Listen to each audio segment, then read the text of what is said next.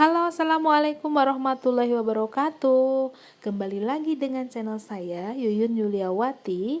Kali ini saya akan menyajikan video pembelajaran untuk mata pelajaran IPS tentang makna proklamasi dan mempertahankan kemerdekaan untuk kelas 6, tema 2, semester 1. Adapun untuk kompetensi dasarnya adalah memahami makna proklamasi kemerdekaan, upaya mempertahankan kemerdekaan, dan upaya mengembangkan kehidupan kebangsaan yang sejahtera. Nah, untuk subtema 1, rukun dalam perbedaan. Proklamasi kemerdekaan menjadi tonggak sejarah bagi perjuangan bangsa Indonesia. Meskipun terdiri atas suku yang berbeda, rakyat Indonesia bersatu dalam memproklamirkan kemerdekaan negara Indonesia. Proklamasi kemerdekaan Indonesia. Proklamasi kemerdekaan yang dilakukan tanggal 17 Agustus 1945 menjadi peristiwa penting bagi bangsa Indonesia. Peristiwa tersebut menjadi tonggak sejarah di mana bangsa Indonesia berhak atas kemerdekaan dan wajib mempertahankan. Diawali jatuhnya bom Hiroshima tanggal 9 Agustus 1945 di kota Nagasaki. Jepang akhirnya menyerah kepada tentara sekutu. Kesempatan ini dijadikan kesempatan oleh bangsa Indonesia untuk segera membebaskan diri dari penjajahan bangsa Jepang. Teks proklamasi ditulis di rumah Tadashi Maeda, Jalan Imam Bonjol nomor 1.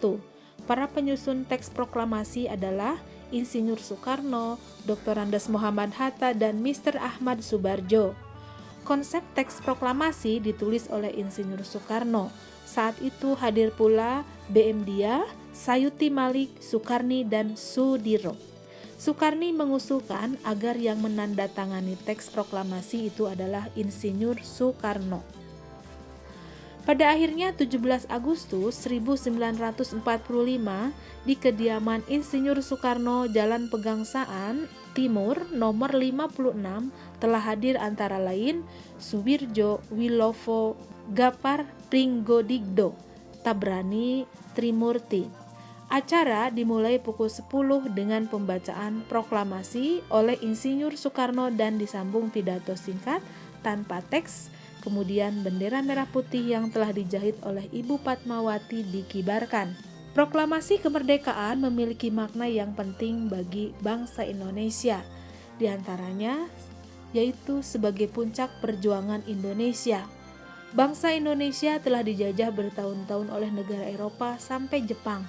Penduduk dengan latar yang berbeda bersatu melawan penjajah. Proklamasi merupakan hasil perjuangan para pahlawan. Kemudian makna proklamasi kemerdekaan adalah adanya pengakuan kepada dunia luar. Dengan membacakan proklamasi, Indonesia mengumumkan kepada dunia bahwa Indonesia adalah negara merdeka. Pengakuan ini de facto diikuti oleh pengakuan dari negara lain. Kemudian makna proklamasi kemerdekaan lainnya adalah menaikkan martabat Indonesia. Artinya, pembacaan proklamasi memberi kesan kepada negara lain bahwa Indonesia bebas dari penjajah, negara yang memiliki martabat dan mandiri. Kemudian, makna proklamasi kemerdekaan lainnya adalah sebagai perjuangan sebagai negara baru. Artinya, Indonesia adalah negara yang dibangun oleh rakyat dan untuk rakyat, dan tidak bergantung kepada negara lain. Kemudian makna proklamasi kemerdekaan lainnya adalah tonggak sejarah negara Indonesia, yang artinya dengan proklamasi merupakan awal masa kemerdekaan yang terbebas dari belenggu penjajah. Nah, adapun tokoh-tokoh yang berperan dalam pelaksanaan proklamasi, di antaranya ada Insinyur Soekarno, yang merupakan salah satu orang yang berjasa dalam mendirikan negara Republik Indonesia. Insinyur Soekarno lahir di Blitar, Jawa Timur tanggal 6 Juni 1901. Kemudian ada Dr. Andes H. Muhammad Hatta, lahir di Bukit Tinggi, Sumatera Barat, yaitu tanggal 12 Agustus 1902. Kemudian ada Ahmad Subarjo, lahir di Karawang, Jawa Barat, yaitu tanggal 23 Maret 1896. Beliau adalah Menteri Luar Negeri Indonesia yang pertama. Beliau adalah tokoh golongan tua yang berperan dalam menyiapkan proklamasi. Tokoh-tokoh yang berperan dalam pelaksanaan proklamasi lainnya adalah ada Laksamana Tadashi Maeda, seorang perwira tinggi Angkatan Laut Kekaisaran Jepang. Beliau membantu persiapan proklamasi. Kemudian ada Sukarni, lahir di Blitar, Jawa Timur, yaitu tanggal 14 Juli 1916. Sukarni seorang tokoh pejuang yang gigih melawan penjajah. Kemudian ada Sayuti Malik, tokoh pemuda yang berperan dalam proklamasi. Teks proklamasi diketik oleh beliau dan menyempurnakan dari tulisan Bung Karno. Kemudian ada Padmawati, lahir di Bengkulu tahun 1923. Padmawati menjahit bendera Pustaka Sang Saka Merah Putih yang dikibarkan pada upacara proklamasi kemerdekaan. Pengibaran Sang Merah Putih, Abdul Latif Hendraningrat adalah salah satu pengibar bendera pada tanggal 17 Agustus 1945 di Pegangsaan Timur, Jakarta. Ia lulusan Sekolah Tinggi Hukum. Saat menjadi mahasiswa, ia mengajar bahasa Inggris di sekolah menengah swasta seperti Muhammadiyah dan perguruan rakyat. Abdul Latif Hendraningrat pernah menjadi pasukan pembela tanah air atau PETA dan ikut dalam berbagai pertempuran. Ia pernah menjabat komandan Komando Kota ketika Belanda menyerbu Yogyakarta tahun 1948. Kemudian ditunjuk sebagai Atase Militer RI untuk Filipina pada tahun 1952 dan dipindahkan ke Washington hingga tahun 1956. Selanjutnya, subtema 2, bekerja sama mencapai tujuan. Setelah proklamasi kemerdekaan Indonesia pada tanggal 17 Agustus 1945, seharusnya bangsa Indonesia merdeka dan terbebas dari segala bentuk penindasan serta penjajahan. Namun, ternyata tidak demikian. Bangsa Indonesia masih perlu berjuang mempertahankan kemerdekaan Indonesia. Mengapa? Kita simak. Pasukan Belanda kembali datang ke tanah air. Kedatangannya disambut dengan berbagai bentuk perlawanan oleh bangsa Indonesia, sehingga sejak tahun 1945 sampai 1950 telah terjadi berbagai pertempuran di berbagai daerah antara pihak Indonesia dengan pihak Belanda yang dibantu oleh pihak Inggris. Nah, bagaimana perjuangan bangsa Indonesia dalam mempertahankan kemerdekaan di berbagai daerah? Pertempuran Surabaya. Pada tanggal 25 Oktober 1945, tentara sekutu yang dipimpin oleh Brigadir Jenderal Malabi dan pada tanggal 27 sampai 30 Oktober 1945 terjadi kontak senjata antara pemuda Indonesia dengan pasukan Inggris, dan dalam pertempuran ini pasukan Inggris dapat dipukul mundur dan terbunuhnya pemimpin pasukan Inggris, Brigadir Jenderal Malabi. Pada tanggal 9 November 1945, Inggris mengeluarkan ultimatum yang berisi, semua pemimpin dan orang Indonesia yang bersenjata harus melapor dan meletakkan senjatanya di tempat yang telah ditentukan dan menyerahkan diri dengan mengangkat tangan. Ultimatum tersebut ditolak oleh pihak Indonesia. Pada tanggal 10 November 1945 terjadi pertempuran dahsyat. Pasukan Inggris menggempur Surabaya dari darat, laut, dan udara. Peristiwa ini diperingati sebagai Hari Pahlawan. Pertempuran Ambarawa. Pada tanggal 20 Oktober 1946, tentara sekutu di bawah pimpinan Brigadir Bethel mendarat di Semarang dengan maksud mengurus tahanan perang. Kedatangan sekutu diboncengi oleh Netherlands Indies Civil Administration atau NICA. Pada tanggal 26 Oktober 1945 di kota Magelang, terjadi pertempuran Tentara Keamanan Rakyat atau TKR dengan pasukan Inggris dan nikah. Insiden terhenti setelah ada perundingan Soekarno dan Brigadir Battle memperoleh kata sepakat. Pihak sekutu mengingkari janji pada tanggal 12 Desember 1945.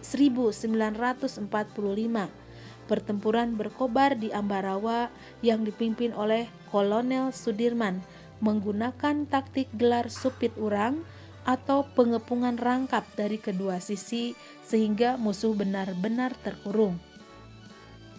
Tanggal 15 Desember 1945, pertempuran berakhir dan Indonesia berhasil merebut Ambarawa.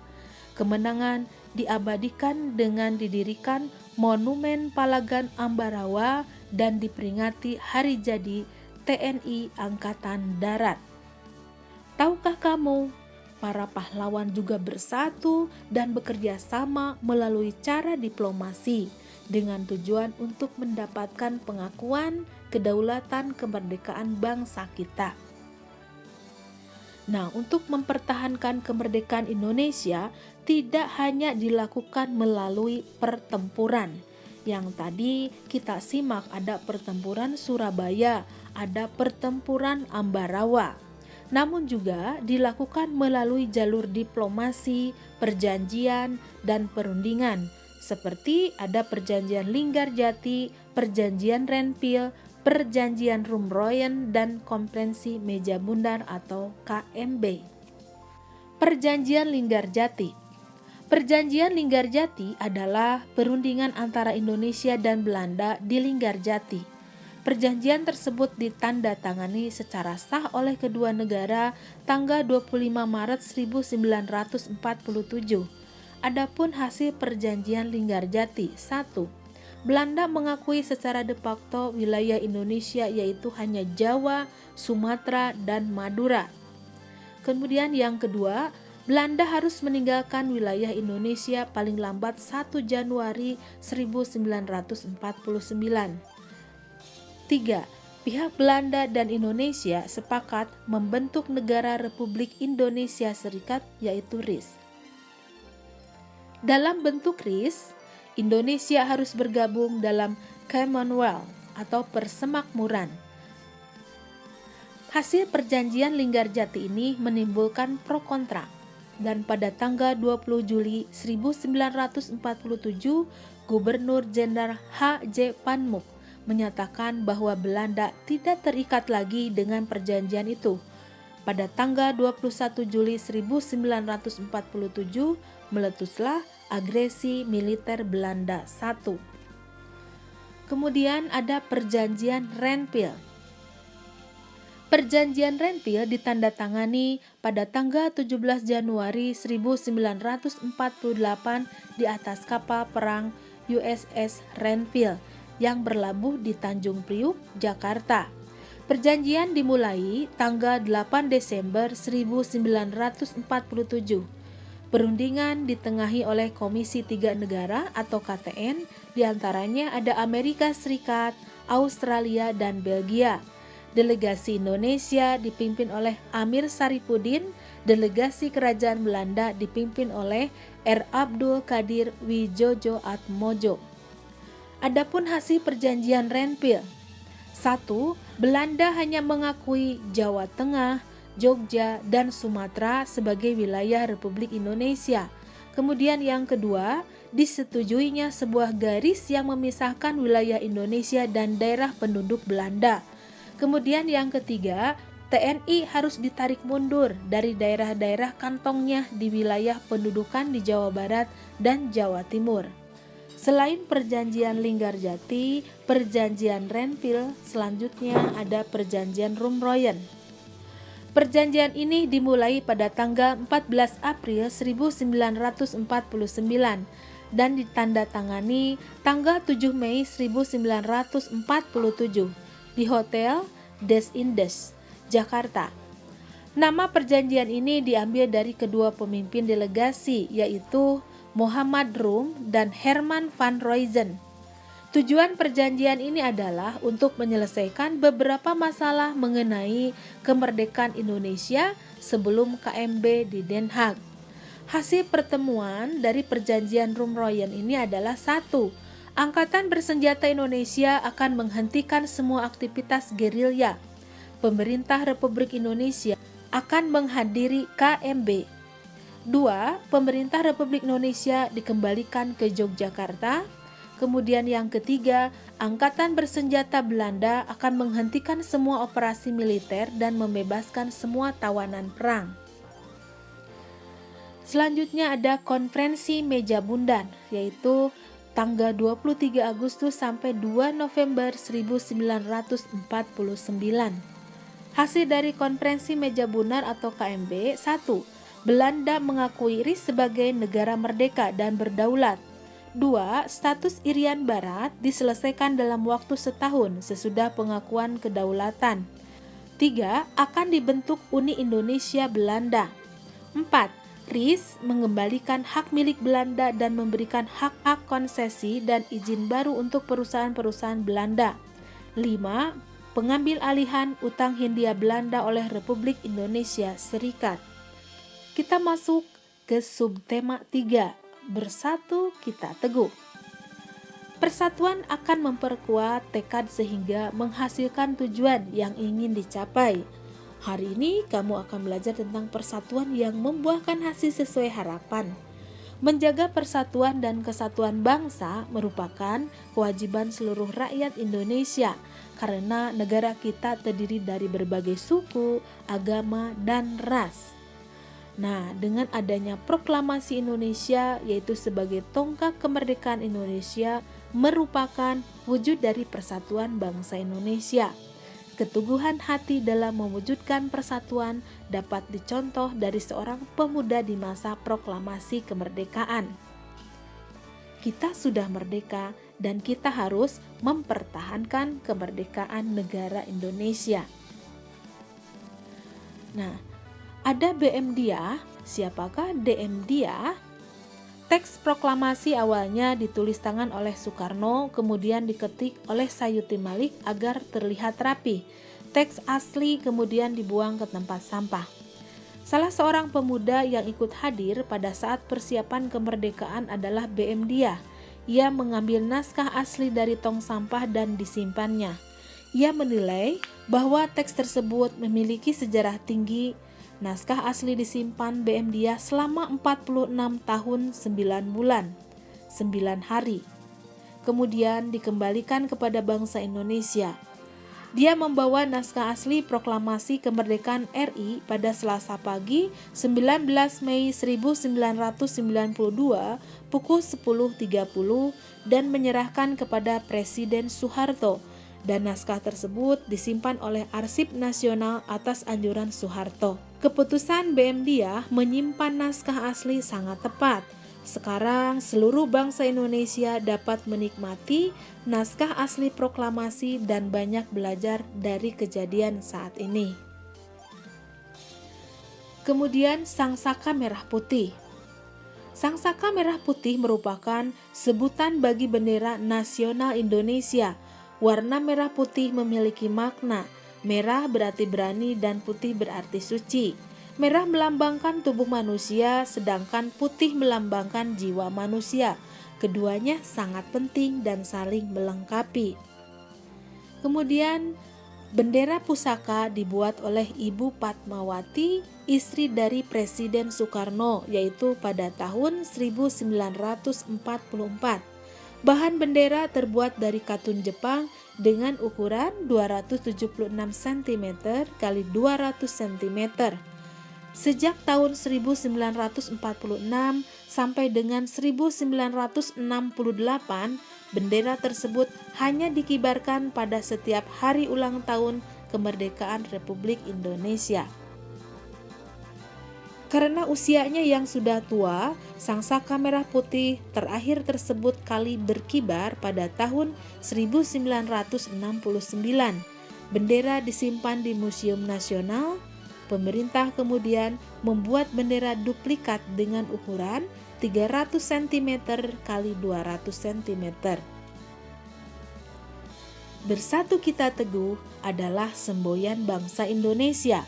Dalam mewujudkan persatuan dan kesatuan, makna semboyan jika dikaitkan dengan makna upaya mengembangkan kesejahteraan rakyat di awal masa kemerdekaan Indonesia, seperti apa? Nah, upaya bangsa Indonesia meningkatkan kesejahteraan rakyat di awal masa kemerdekaan Indonesia. Pada awal berdiri Republik Indonesia, keadaan ekonomi Indonesia sangat buruk disebabkan harga barang-barang mahal akibat inflasi. Berbagai upaya yang dilakukan pemerintah beserta rakyat diantaranya, pada awal kemerdekaan pemerintah dan rakyat Indonesia belum melakukan perbaikan ekonomi secara baik. Bulan Februari, pemerintah memprakarsai usaha untuk memecahkan masalah-masalah ekonomi yang mendesak. Upaya-upaya tersebut meliputi 1. Adanya pinjaman nasional. Pinjaman nasional itu adalah program pinjaman yang dilaksanakan oleh Menteri Keuangan Insinyur Surahman. Pinjaman akan dibayar kembali selama jangka waktu 40 tahun. Kemudian ada konferensi ekonomi. Konferensi ekonomi ini dihadiri oleh para cendekiawan, para gubernur, dan para pejabat lainnya yang bertanggung jawab langsung mengenai masalah ekonomi di Jawa. Konferensi dipimpin oleh Menteri Kemakmuran Insinyur Darmawan Mangunkusumo. Tujuannya adalah memperoleh kesepakatan yang bulat dalam menanggulangi masalah-masalah ekonomi yang mendesak, seperti masalah produksi dan distribusi makanan, sandang, serta status dan administrasi perkebunan. Kemudian ada pembentukan Badan Perancangan Ekonomi. Pembentukan badan ini atas inisiatif Menteri Kemakmuran Dr. A.K. Ghani. Badan ini bertugas membuat rencana pembangunan ekonomi jangka waktu 2-3 tahun. Kemudian ada rencana Kasimo Plan. Program ini disusun oleh Menteri Urusan Bahan Makanan I.J. Kasimo. Program berupa rencana produksi 3 tahun, yaitu tahun 1948 sampai 1950 mengenai swasembada pangan dengan beberapa petunjuk pelaksanaan yang praktis. Kemudian program Kasimo menyarankan 1. Menanami tanah-tanah kosong di Sumatera Timur. 2. Di Jawa dilakukan intensifikasi dengan menanam bibit unggul. 3. Pencegahan penyembelihan hewan-hewan yang berperan penting bagi produksi pangan. 4.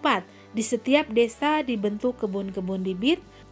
Kemudian yang 5, transmigrasi. Kemudian ada Persatuan Tenaga Ekonomi. Organisasi ini dipimpin oleh B.R. Motik. Tujuannya untuk menggiatkan kembali partisipasi pengusaha swasta dengan dibentuknya PTE. Diharapkan dapat melenyapkan individualisasi di kalangan organisasi pedagang sehingga dapat memperkokoh ketahanan ekonomi bangsa Indonesia. Demikian video pembelajaran IPS tentang makna proklamasi, mempertahankan proklamasi untuk tema 2 di semester 1 kelas 6. Semoga bermanfaat. Jangan lupa like, subscribe, komennya. Terima kasih. Assalamualaikum warahmatullahi wabarakatuh.